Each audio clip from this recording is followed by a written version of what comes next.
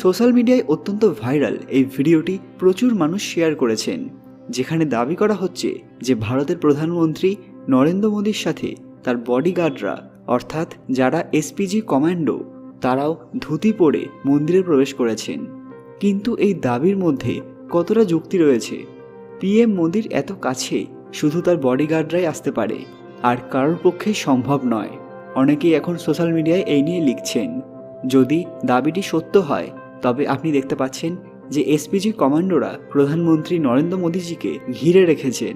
কেউ তাদের সামনে হাঁটছে এবং কেউ তাদের পেছনে হাঁটছে।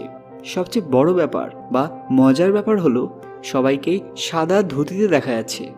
এটা তো আমরা সবাই জানি যে ভারতের বিভিন্ন মন্দিরের আলাদা আলাদা নিয়ম রয়েছে।